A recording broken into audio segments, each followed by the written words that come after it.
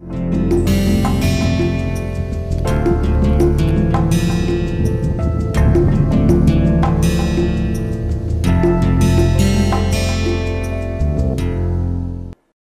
everyone, welcome back to my course on developing soft skills and personality. This is from IIT Kanpur. I am Ravichandran from the Department of Humanities and Social Sciences. This is being given to you in the form of NPTEL MOOC course, and this is the last week, week number 8, the last module and the last lecture. So the moment I say last lecture, I feel little bit sentimental and overwhelmed to realize the fact that it was just like yesterday we started this, and then 8 weeks have passed so quickly, and then about 48 lectures have gone so successfully, so effectively and so meaningfully, and we are at the last lecture. And what thoughts I have on the last lecture, and we are going to conclude this course. I thought what else other than to give you some more general suggestions, tips on developing your life skills in terms of human relations, and particularly in terms of developing trust and integrity. Before I start this, let me go back to our previous lecture, the 7th module, in which I focused on the art of reading and taught you some techniques for effective reading. I particularly focused on some of the most important techniques that will help you to do effective reading, starting with previewing and sampling. Previewing helps you to eliminate what you do not want to read and choose the one that you like to read. So you can, especially if long materials are there and you don't have time to read, so then follow the technique of reading only the first 2 paragraphs and reading only the first and last sentences of remaining paragraphs and reading only the last 2 paragraphs. But you also gather some general information from other previewing possibilities such as the back flap and the small tiny information about critical reviews which are written on the book. Then I talked about skimming. Skimming is glancing through the keywords very quickly and trying to identify them. Usually the keywords are hidden in the topical sentences, and sometimes they are the core words, and if you remove it, the entire sentence will fall. It will not give any meaning. Skimming is very helpful in reading newspapers, magazines, travel brochures, or any light reading stuff, or any book that you want to read lightly and understand what is the gist of that. Skimming helps. Scanning will help you if you want to read a text quickly in order to find specific information such as some figures or names or some dates or some time or some age, okay, or the year. So scanning will help you to do that very quickly. But the next important reading technique that I taught you was about clustering while you read, because most of us have developed reading in a very rotten manner by reading word by word or reading letter by letter and not letting our reading progress in a rapid manner because of this habit.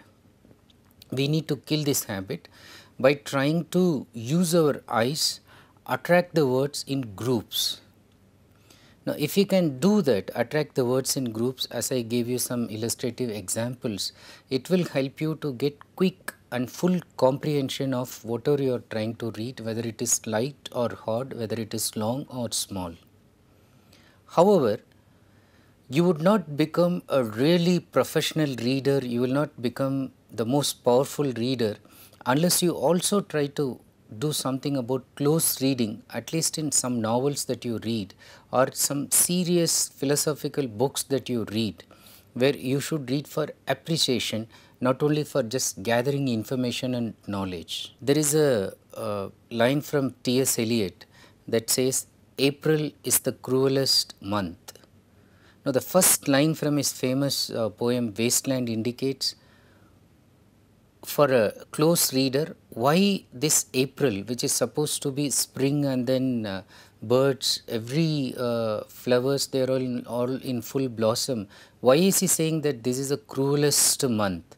So it gives you more chance for thinking further and you understand that he is trying to portray something happened during the world wars, and then he is trying to bring the aftermath of that. So even that April is mixing, later he says that the memory with desire. So people who are dead and gone, and then roots are coming out of that.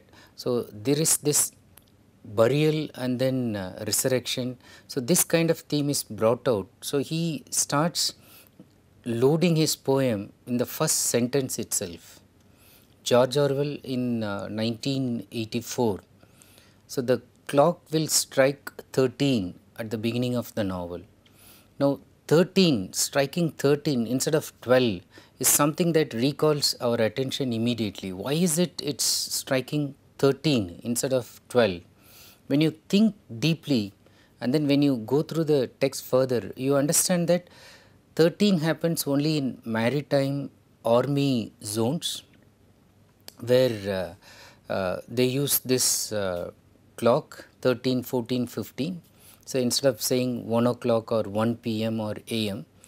Now only when army or military is using this kind of clock, in the first line itself the writer is trying to indicate that expect the dictatorial setup from my novel. It's about totalitarian society. It's about a society that is completely dominated by military setup, and where there is no freedom of speech.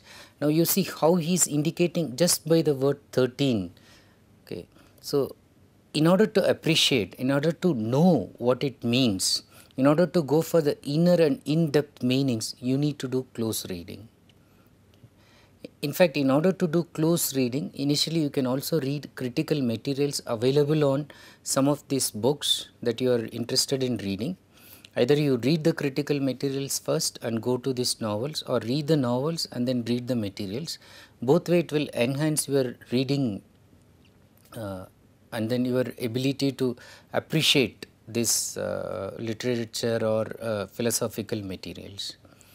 At the end of it, I suggested that if at all you want to develop one healthy addiction, that should be for reading. So read 24/7, anything, but at least focus reading for 3 hours in a day.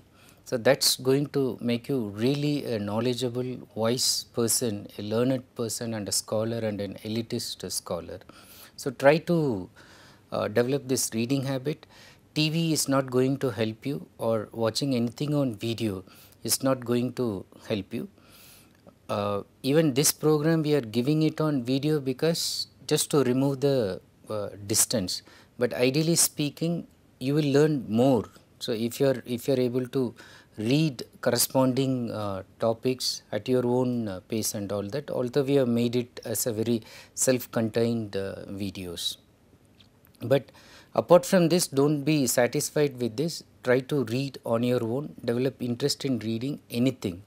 The next golden rule I left in conclusion is that if you read anything, whatever that interests you, whatever you start reading, try to finish it. So don't leave it in the middle. So that is another key for success. That is about reading, which is a very fundamental skill you need to develop and then enhance and use it effectively in order to promote your other soft skills, which are again related with communication, such as writing, speaking, even listening. Okay. Now, so much so about the previous one. Let's look at this module where my focus is on human relations. And here I just want you to recall some of the points with which I started before, but I just want to highlight certain other aspects of human relations. At the beginning itself I told you human relations are the ones that are going to contribute to your success as well as failure. It's the people around you who will give you success, and it's the people around you who will contribute to your failure. It's your happiness or sorrow. Both are contributed by human relations. Living a remorseless life, that is living a very harmonious life without any regret, or even deciding to commit suicide, that again is depending on your human relations. The moment your human relationship fails, so you think of committing suicide. In marital relationships, people go for divorce. Okay. Now, all are failure in terms of human relations. So, you should remember that it's very important to maintain this. One golden rule that can help you to maintain good human relations is that you should always remember to treat others as how you want to be treated by those people, others in general. So, if you want others to respect you, you should respect them. If you want others to love you, you should love them. If you want others to sympathize with you, show compassion to you, you should sympathize and you should show compassion. So, if you want others to help you in critical situations, you should offer help in the first instance. So, this is a mutual cause and effect kind of thing that works in human relations, and always treat others. If you want others to treat you with dignity and you do not want them to harm your self respect, reciprocate, give the same thing to others. And in any relationships, do not bring power struggles. If at all you bring, understand that it will be leading to a win-lose situation, and then if you think you win, you will always lose in human relationships. If you think you win your boss, but you again lose your job. If you think that you win over your wife, but then it can lead to divorce. If you think that you won your son or daughter, again it can lead to further communication gap and breakup of relationships. So, it has to be win-win in terms of human relations. So, do not use power struggles. Power, if at all you need to use, remember what John Aston has to say, power is the ability to do good things. Use power. If you are in a powerful position, sometimes the position itself gives you some power. If you are a senior student, the position is giving you power. If you are a husband, it's giving you power. If you are a wife, it's also giving you power. If you are a mother, it's giving you power. Now, use this power to empower people around you. So, if you are at the higher level of hierarchy, try to build up those who are at the lower level in terms of giving support, in terms of empowering them. Often in terms of man-woman relationship, trust is not built. So, that leads to so many problems. Once a man and woman has decided to live as husband and wife in the same home, secrets are kept. Secrets are kept in mobile phones. Okay. So, husband cannot see wife's phone and vice versa. Financial transactions are hidden from each other. Money is not kept in the common place where both can use it whenever they need it. Talk such as your money, my money comes. Okay, you use your money for that, I will use my money for this. Who are you to ask me when I am using my money to buy that expensive gift? Who are you to stop me to do that? So, the moment this kind of talk comes, okay, when it is something that has to be built commonly in trust, so friction will come. In fact, in this relationships, one of the key ways to check whether the relationship is stable or not is to see how they are talking about money, how they are free with money. Can the money be kept safely in a place where the children do not steal money from the father's or father's pocket or mother's handbag? The children do not cheat, or the wife is not taking money from husband's pocket, or the husband is afraid of giving the ATM pin to the wife. Now, these are levels of trust. Now, once you want to build trust, so you have to trust, and then trust is something that you have to give first. You have to be trustworthy, okay, so that you can actually make the other person also trustworthy. This should happen between parents and children, so they should be able to trust each other. Children should realize that after all parents are doing certain things with the best of intentions, and parents should realize that children are their children and they will not commit mistakes and they may be ethically correct instead of their doubts and suspicions. Teachers and students, again relationship has to be maintained in terms of trust. manager and workers, it's very important that trust has to be built to both sides, manager as well as workers. Along with that, you should also try to maintain integrity. Integrity is to do with your character, to do with your ability to keep things morally right, wrong, to do with your emotional intelligence, it's to do with your spiritual competence. As it is said that when money is lost or when wealth is lost, nothing is lost, because you can always regain wealth. But when health is lost, something is lost, and when character is lost, everything is lost. To build up a character, to build that character with integrity and add trust to it, sometimes takes years. You take 10 years, 20 years, 30 years to build relationship and then build that with the integrity and trust. But you can break it in fraction of a second. So while building integrity, it means moral soundness in terms of character and principles, but never preach something that you don't follow. If you are drinking at home or if you are drinking outside, okay, you cannot tell your children or your wife that they should not drink, because you know that it's a bad thing, but you are doing for yourself. If you are smoking, you cannot tell anybody that you stop smoking. I remember an incident with Mahatma Gandhi that all of you might be knowing. The mother went to Gandhi and then she said that her son is eating so much of sweets. So Gandhi said that, and she said, if you tell him, he will stop it. So Gandhi just told her that, could you come after 3 days? So she said, fine. She came after 3 days and then Gandhi said, please stop eating excessive sweets, it's not good for you, sugar as such is not good.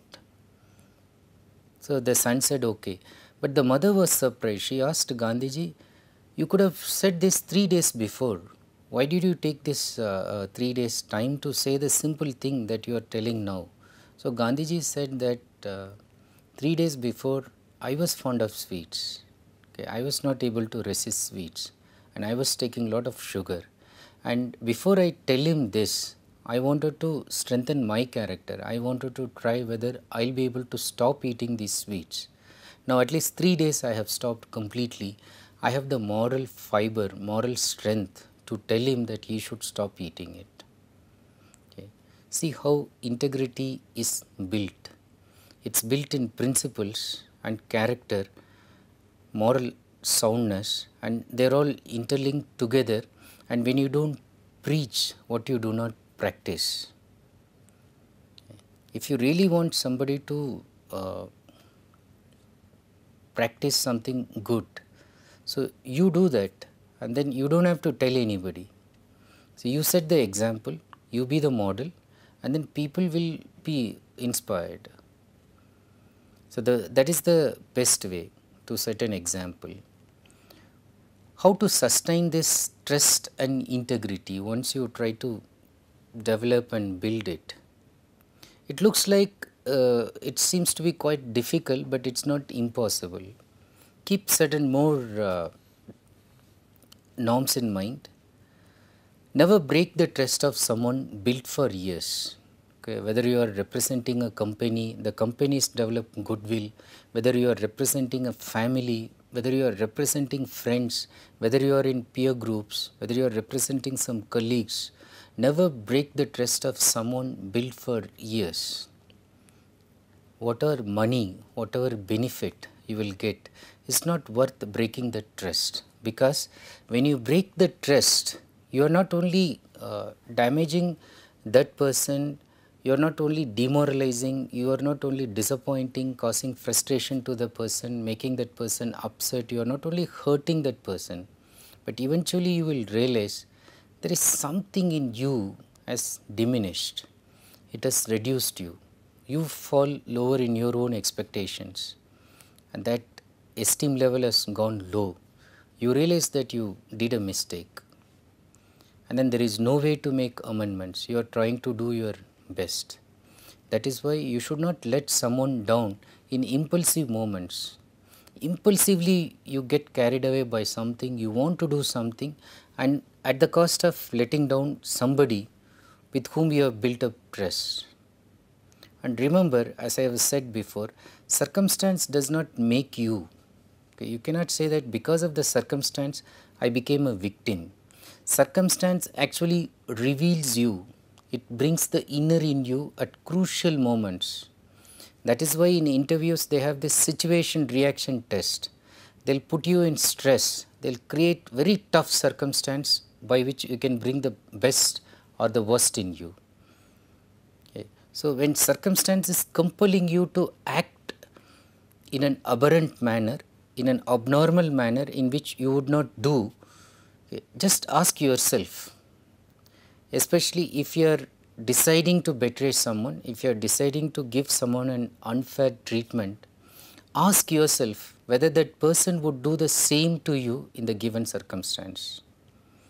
If the person would do the same to you in the given circumstance, in a sense you are justified in doing, although I will not say that, you can still have a lame excuse.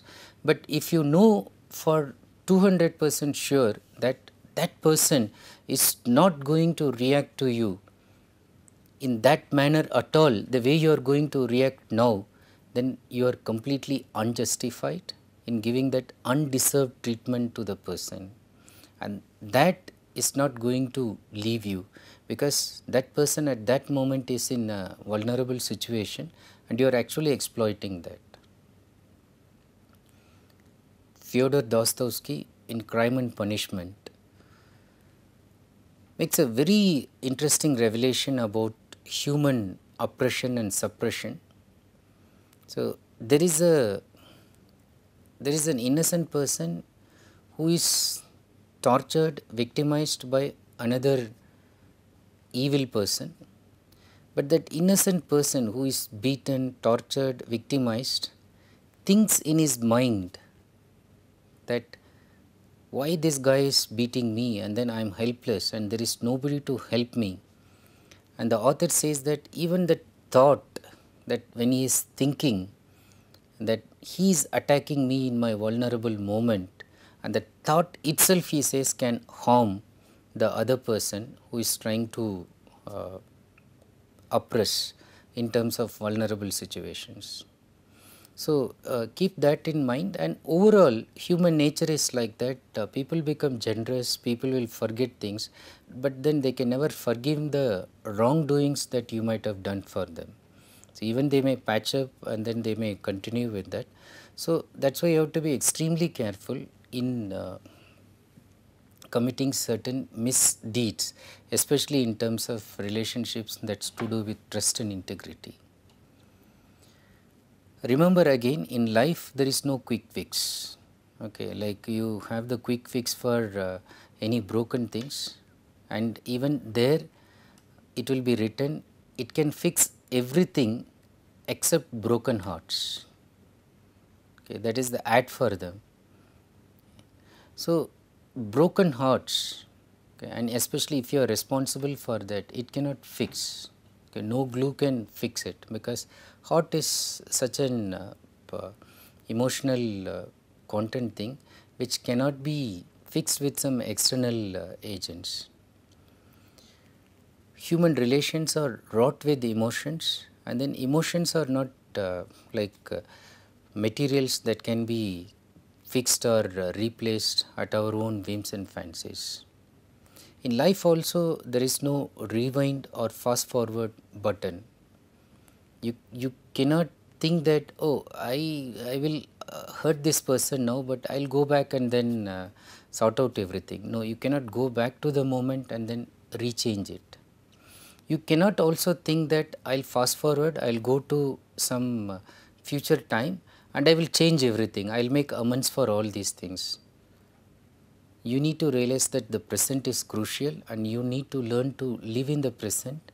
And at this moment, if you are true to yourself and then if you are able to integrate you with the people around you, your past will go without any trouble, it will not chase you, and your future will take you without any sense of anxiety.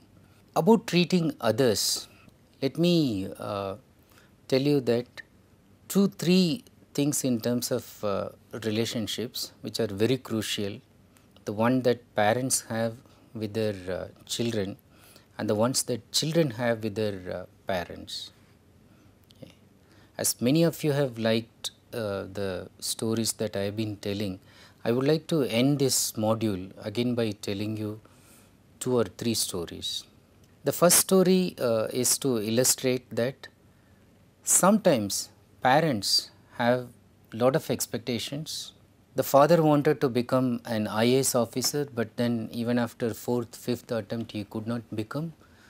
The father wanted to become an engineer, the father wanted to become a doctor, the father wanted to crack JEE and then become All India number 10 or something. But the father or the mother could not become or could not live up to their expectations, and they have their unfulfilled ambitions and frustrations. They have no right to trust those unfulfilled ambitions and frustrations on their children, okay, and they have to leave the children to grow and develop as per their ambitions and their desires and their inner wishes. So, this was about father and son. They were going on a car, and then the son said that father, try to overtake this car. So, the father tried, and then he said that son, it's like it's a BMW, then our car is a small old model car and it cannot beat this. Father, try this one. No, and then he tries so fast, and then he realizes that that's an Audi, and then it's not possible for you to do that. Father, you try this one also. So, they tried, and then father tries, and then he says, I cannot overtake this. 4-5 cars the son said he could not overtake. And then the son said, Father, when you realize that your car is made up in such a manner that it can go only with the speed and it cannot overtake other cars which are built in such a manner that they can go in high speed, why do you compare me with others? When you say that I am slow in reading, and when you compare that your neighbor's son is faster in reading and picking up skills, don't you realize that maybe I am made up in a particular way? Okay. Then the father realized his mistake, and then he said sorry. But that is something that is illustrative to all parents, and it's an eye opener that we should realize that there is a constitution, composition, there is a genetic makeup, there is an environmental brought up, all are contributing to the child's mindset. Okay. It's not fair to impose the parents' mindset to the children and then not to cause them frustration or not to make them feel nervous. I told you this story. But the next is from the parent side, especially when they become elders. This is one soft skill alone, I would say, that will determine your EQ, SQ level, and that will determine your so many other soft skills and personality development in terms of all exemplary qualities that you can have. That is with regard to respecting elders, the way you treat elders, the way you treat senior citizens, the respect you have, the love you have for them. When I was reading Gandhiji's My Experiment with the Truth, one thing that struck about Gandhiji's personality was that it was said that he was always blind to the fault of elders. He was always blind to the fault of elders. That was coming out of his love and respect for them. So if elders made a mistake, he was just blind. He was not complaining. He was not even pointing out to them. But in today's world, you know, so there's like all are competing with each other. And even if an elder makes a mistake out of poor memory, so the younger people who are around, they get very angry, they are annoyed, they shout at the person and they make the person so nervous. Again, I remember a story where the daughter is so annoyed and then shouts at the mother for not able to sign that check properly and not able to hold the pen. So the mother says, can you hold my hand, I will be able to put the signature. The daughter gets annoyed and she says, how many times I have to do that? Don't you know that you can do that easily? And then the mother says politely that, daughter, when you started learning, hundreds of times I have held your hand and then I have never said anything to you. So often, like, the children forget how they were groomed, trained by their own parents when they reach a level where they become independent. When they become much popular and much successful than their parents, when they are able to earn 10 times the money than their parents, 100 times more reputation than their parents, then sometimes arrogance, haughtiness come to them. And this is the story of one such son who became very haughty and arrogant, and then he thought that he has done much better than his father, and he wanted his father to realize that he is at the mercy of his son. So he didn't even allow to his father to come inside and sit very often, and he mostly kept him outside of his huge posh bungalow, and there is a small place where he will be sleeping and he will be shivering in cold. And he had a pet dog, and the dog was also tied just next to the father. And what he will do is he will first give food to the dog, and the dog finishes eating the food, and then he takes the same plate and then he puts food for his father and he gives it, just to show him that he can insult him, and then father cannot do anything about it now.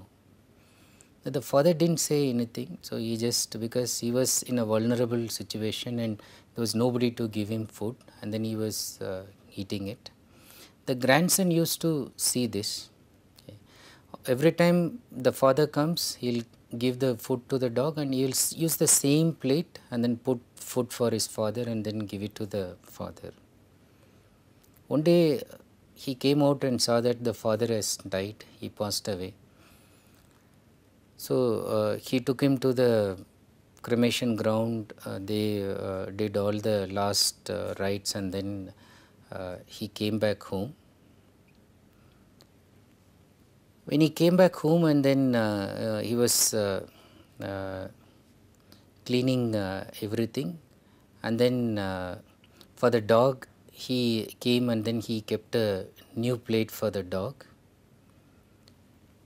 and then he was about to throw the old plate, and that time the son came and he took the old plate that the dog was eating, in which the son's grandfather was also using it. So he took it and then he wanted to keep it with him. The father was surprised, and then he asked the son, why are you taking this plate? It's a useless plate, and then we'll throw it. To which the son said, when you grow old, so how will I give you food? Okay. I think I have to give you food using this plate, right? I hope you got the moral of the story. What you do to others is what you will get from others at a later stage. In the case of the son who insulted his father, his son, who is the grandson, actually thought that this is the way you have to treat elder people, and he learnt it from his father. So he thought that you have to use the same plate that dog eats to give food to your parents when they become old. And he thinks that is what he should do is to his father also. Okay. And this is something, as I was telling, that this indelible mark, it cannot be removed from your mind. You cannot change what the child thinks by looking at your behavior, by using any number of words. The child is not going to change his or her mind. Let me tell you another interesting story before I come to the concluding thoughts of this course. This is the scenario where a very again a rich posh businessman has come to leave his father in an old orphanage home. That's because his wife has been torturing him, and the wife is not liking keeping his father at home, and they had enough arguments, so many quarrels, and the father himself thought that he can better leave, go somewhere. And then he suggested to the son, and the son also said then okay, then I will put you in this orphanage home, but don't tell them by mistake that I am your son. Okay, so then people will think I am such a rich guy, and then it will create bad reputation to me. And at the same time he said that you, when you go there, I will leave you and come back, and you tell them that I am just your neighbor trying to help you, and then you are abandoned by other people. So you are an orphan now. So the father didn't mind anything. He said, fine, like at least you leave me in their home. So the son comes, and then he is picking one or two bags of his cloth, and there is phone call from his wife asking, have you left him? Have you left him? Why are you so delayed? So come back quickly. Okay, we have to go for a movie, we have to do some shopping and all that. So leave that old fellow and come quickly. So he went, and then the father went inside, and then while going, the father was touched by the owner of that orphanage, and then he greeted him very nicely, and that orphanage owner was talking to him as if they are very good close friends. Okay, he was asking him something and all that, and then he went inside. So the son was taking the baggage, and then he went and he kept it and came out, and then he was curious, how is this orphanage owner might be knowing his father. Okay. So he went and asked him sir, how do you know this person? Then he asked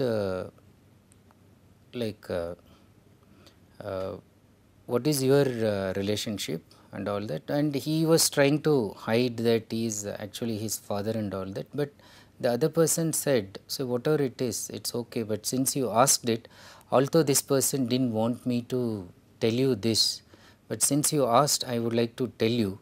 So this person came about 40 years before, and then he didn't have any child, and he took a child from this orphanage for growing as his only son, and then he grew him up with lot of love and affection. I don't know what happened to that son now, but then somebody like you has come and dropped him here. So obviously you can understand that the son was actually an orphan whom the father took from this orphanage home. Later the son grew up and then became so arrogant and then so cruel that he didn't even realize that he could have had this kind of background, and then he came and then leave him in this orphanage.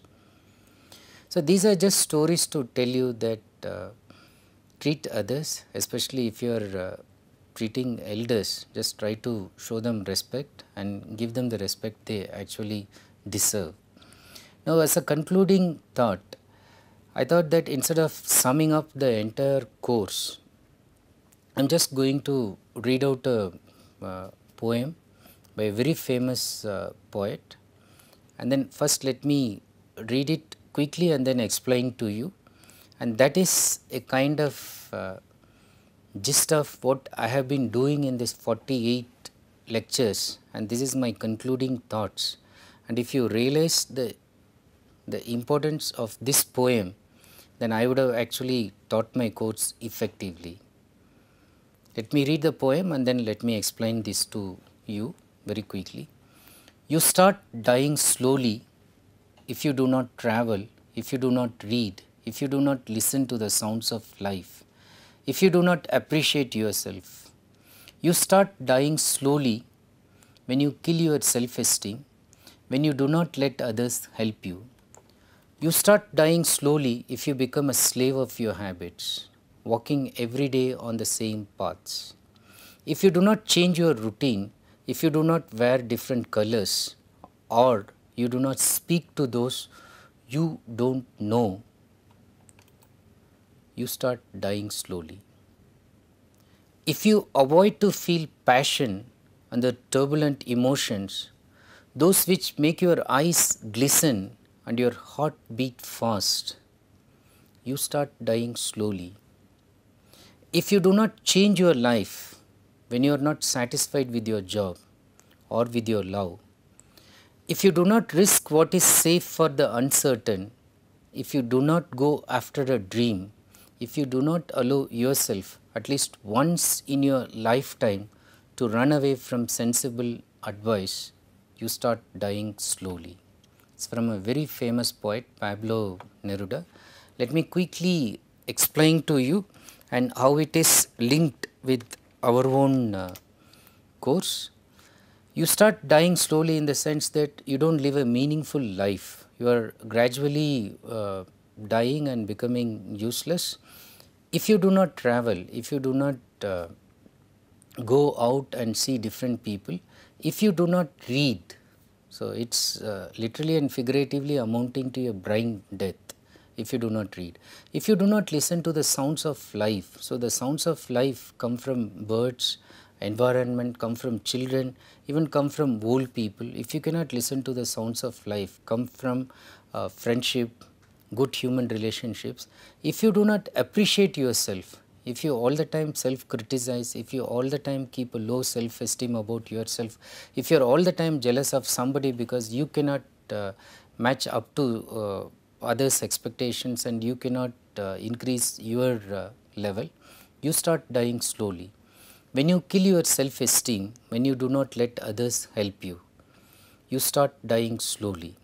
So sometimes you have to take help from others instead of thinking that it is a weakness. By taking help, you are also helping them to heal you and you are also empowering them to help you. If you become a slave of your habits, so go to our habits unit, the complete module for a week. So if you are not able to change your bad habits, you will only become slave and walking every day on the same path. If you are doing the same thing again and again, you are actually dying.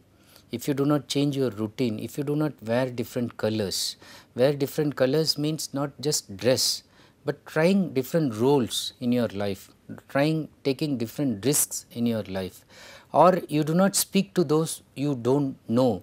That is using your communication skills, developing your soft skills, meeting people of different culture, going to different regions, traveling. If you don't talk to different people whom you have never seen before, the author says you start dying slowly. If you avoid to feel passion, so some people are afraid of committing into human relations and the turbulent emotions. Some people avoid relations fearing that it will hurt you. So then again he says those which make your eyes glisten. So sometimes you have to take sorrow as normal part of life and your heart beat fast. You start dying slowly. If you do not change your life, so life you should keep changing frequently. When you are not satisfied with your job, for example, or with your life, so there is no point in sticking to things which is not satisfying you and causing you frustration, then it is moment to change that. If you do not risk what is safe for the uncertain, fearing that you will always be in your comfortable zone and you don't want to leave that, so then again you are sort of dying gradually. If you do not go after a dream, whatever you are visualizing in your life, if you do not allow yourself at least once in your lifetime to run away from sensible advice, advice given by parents, advice given by teachers, advice given by bosses. So lots of people are there to give you advice, but at least once you should be able to think something what is applicable to you and your life, and to even avoid that kind of advice and try to lead your own life He says, if you don't do it, you start dying slowly. So I leave you with this thought, whether you want to die slowly or live in a very fast paced life, actively, rigorously. So take a re-look at our lessons, starting from the first one until the last one. As I said, this poem very appropriately sums up whatever I have been trying to tell you. If you liked the entire course, I would like to request you to join the next course that will start uh, after this is fully completed, and this will be slightly at a higher level, that is enhancing your soft skills and personality. So you have developed now, but you need to enhance, you need to hone your skills. So that course will help you to do that at a very professional level also. I thank you, all of you, for watching all these videos. You've been very patient, you are very actively participating, and you have actually inspired me to do all these lectures in a very interesting and very useful manner. It's all to your feedback. Thank you so much for your feedback. You can also send your feedback as you've been doing all the time. So I wish you all success. I am sure that these lectures will help you. Whenever you are in crisis, even look at some particular lectures that will try to help you. Keep writing to me, and if I can help you in any possible form, I will try to help you also. Wish you all the best, all success, and thank you for watching all these videos and this video in particular. See you in the next course, next lecture. Thank you again. Have a very nice day.